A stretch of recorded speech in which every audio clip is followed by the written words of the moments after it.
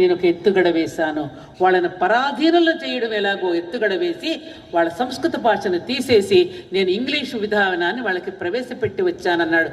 అంటే అప్పటికి భారతదేశంలో దొంగలు భిక్షగాళ్ళు మనకి లేరు. అందుకని మనకి కోర్టులు అవసరం రాలేదు, పోలీస్ స్టేషన్ అవసరం రాలేదు. కాబట్టి అన్నింటికీ దేవాలయమే న్యాయస్థానము, దేవాలయమే వైద్యాలయము, దేవాలయమే వ్యాయామశాల, దేవాలయమే అన్నింటికీ కూడా సమాజ సంక్షేమ కేంద్రంగా ఉండేది. అందుకని ఎవరైనా అన్నదమ్ములు కొట్లాడుకుని వస్తే పురోహితుడు అంటే పురమనకు హితము చెప్పువాడు పురోహితుడు. అన్నదమ్ములు దెబ్బలాడుకుంటే అలా కూర్చోబెట్టుకుని ఊర్లో ఉన్న పెద్దలు ఇద్దరు వచ్చి పురోహితుడిని జడ్జిగా కూర్చోబెట్టుకుని, ఒరే నాన్న, ఎవరు పుట్టిన గడ్డరా ఇది? రామలక్ష్మణులు పెరిగిన గడ్డ కదరా ఇది. ఇక్కడ ఆస్తి కోసం మీరు దెబ్బలాడుకోవచ్చునా చెప్పండి?